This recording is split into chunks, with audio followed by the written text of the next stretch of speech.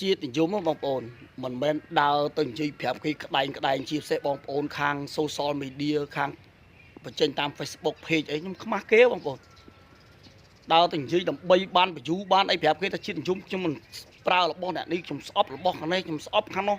បាទបងប្អូនធ្វើអញ្ចឹងគឺខ្ញុំថាមិនត្រឹមត្រូវទេបងមិនថាបងប្អូនខុសទេតែវាមិនត្រឹមត្រូវទេនេះបងប្អូនជាតិនិយមស្រឡាញ់ប្រទេសជាតិយើងស្រឡាញ់ជាតិរបស់យើងស្រឡាញ់ប្រជាជនយើងស្រឡាញ់ប្រទេសជាតិរបស់យើងជាតិនិយមគឺយើងនិយមជាតិរបស់យើងនិយមអ្វីជារបស់ជាតិយើងស្រឡាញ់អ្វីដែលជាស្នាដៃផលិតរបស់ជាតិយើងណាយើងទិញតែរបស់ជាតិយើងមិនមែនជាតិនិយមដើរប្រាប់បងប្អូនថាមួយចំនួនដែលសម្ដែងតាម Facebook ឲ្យប្រទេសជាតិគេមើលងាយគេវាយតម្លៃឲ្យប្រទេសជាតិដទៃទៀតមិនមែនប្រទេសដែលយើងស្អប់ទេ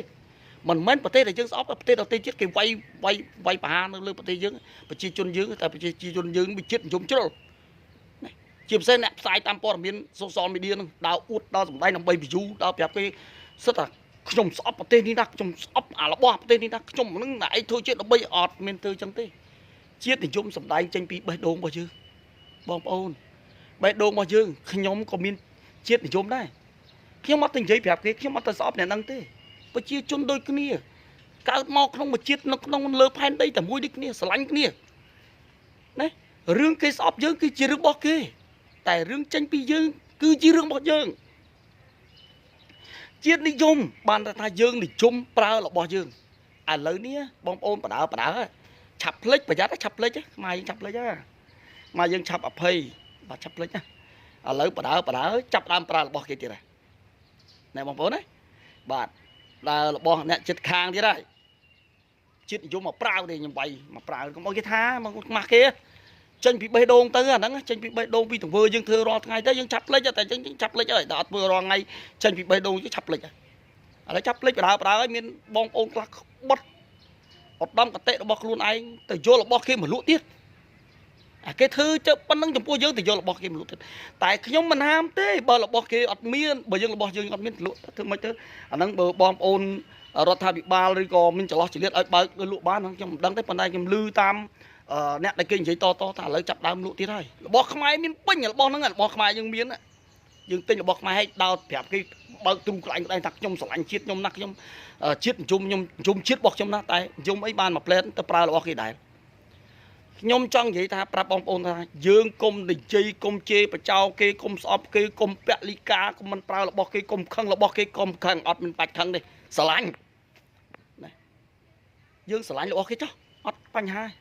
តែគ្រាន់ថាយើងប្រើរបស់យើងស្រឡាញ់របស់ប្រទេសណាក្រប្រទេសទាំងអស់យើងស្រឡាញ់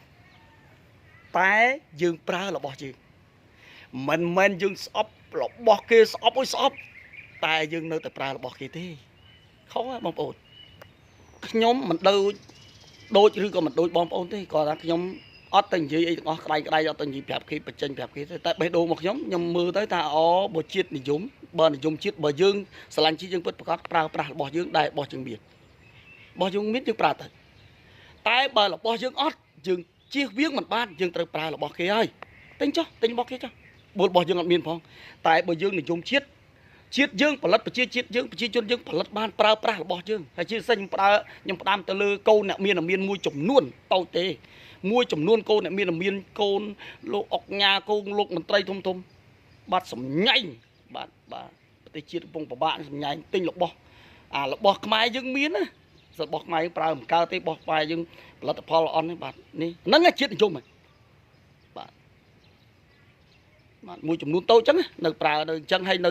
អញ្ចឹងហើយថាឌីលខ្មែរយើងទៀតឌីលថារបស់ខ្មែរប្រើមិនកើតអីចេះទៀតបាទអញ្ចឹងសូមផ្ដាំបើយើងជាតិនិយមរបស់ខ្មែរយើងមានបានយើងប្រើស្នាដៃរបស់ខ្មែរយើងលុយឲ្យវិលជុំវិញនៅក្នុងប្រទេសយើងហ្នឹងតែបើយើងអត់មានទេយើងប្រើរបស់គេបាន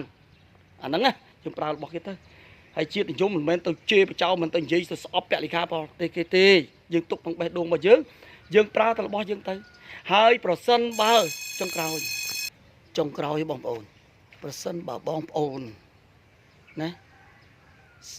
ស្អប់របស់នេះស្អប់របស់នោះក៏ដោយគឺបងប្អូនចេញពីទង្វើរបស់បងប្អូនមិនបាច់និយាយទេបងប្អូនទុកចិត្តរបស់ខ្លួនទង្វើរបស់យើងមិនបាច់ប្រើយើងប្រើតែរបស់យើងទៅ គេក៏អត់ដឹងយើងអត់ដឹងអីទៅយើងប្រើតែរបស់យើងអាហ្នឹងបានយើងថាជាតិនិយមរបស់យើងបាទហើយយើងអត់មានទៅអត់ស្អប់លោកហ្នឹងស្អប់របស់លោកហ្នឹងស្អាយើងដល់ទៅប្រាប់គេក្តែងគេស្អប់យើងវិញអាហ្នឹងបងប្អូនកុំធ្វើអញ្ចឹងខ្ញុំថាដូចជាមិនត្រឹមត្រូវទេយើងគ្រាន់តែអត់ប្រើរបស់ហ្នឹងហើយអត់ប្រើរបស់ហ្នឹងមិនមែនសំដែងថាយើងអត់ប្រើរបស់ហ្នឹងយើងទៅប្រើរបស់ផ្សេងទៀតទេខ្ញុំមិនមែនហាមបងប្អូនមិនឲ្យប្រើរបស់ផ្សេងបងប្អូនប្រើចោះប៉ុន្តែបើរបស់ខ្មែរមានយើងទៅប្រើរបស់ខ្មែរណាយល់ទេបងប្អូនកន្លែងហ្នឹងអញ្ចឹងបងប្អូនយល់តាមខ្ញុំមិនយល់តាមខ្ញុំអត់ដឹងទេប៉ុន្តែខ្ញុំនិយាយថាបើរបស់ខ្មែរមានយើងប្រើរបស់ខ្មែរយើងបើរបស់ខ្មែរយើងអត់មានចាំយើងប្រើរបស់គេយល់ទេបាទកន្លែងហ្នឹងហើយបើសិនបើខ្មែររបស់ខ្មែរយើងនេះណាអត់មានទេប្រទេសខាងនោះក៏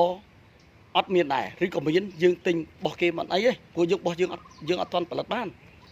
ហើយបងប្អូនខ្លះតែយល់ច្រឡំមួយទៀតខ្ញុំចង់និយាយគាត់យល់ច្រឡំគាត់ថាគាត់មិនចូលចិត្តរបស់ខាងនោះទេមិនចូលចិត្តរបស់ខាងនោះទេគាត់មិនប្រើរបស់ខាងនោះទេតែគាត់ទៅប្រើរបស់ខាងនោះអាហ្នឹងមិនមែនជាតិនិយមទេមិនប្រើរបស់ខាងនោះក៏មិនប្រើរបស់ខាងនោះដែរប្រើរបស់ខ្មែរមិនប្រើរបស់ខាងនោះក៏ស្អប់របស់ខាងនោះក៏មិនទៅប្រើរបស់ខាងនោះដែរ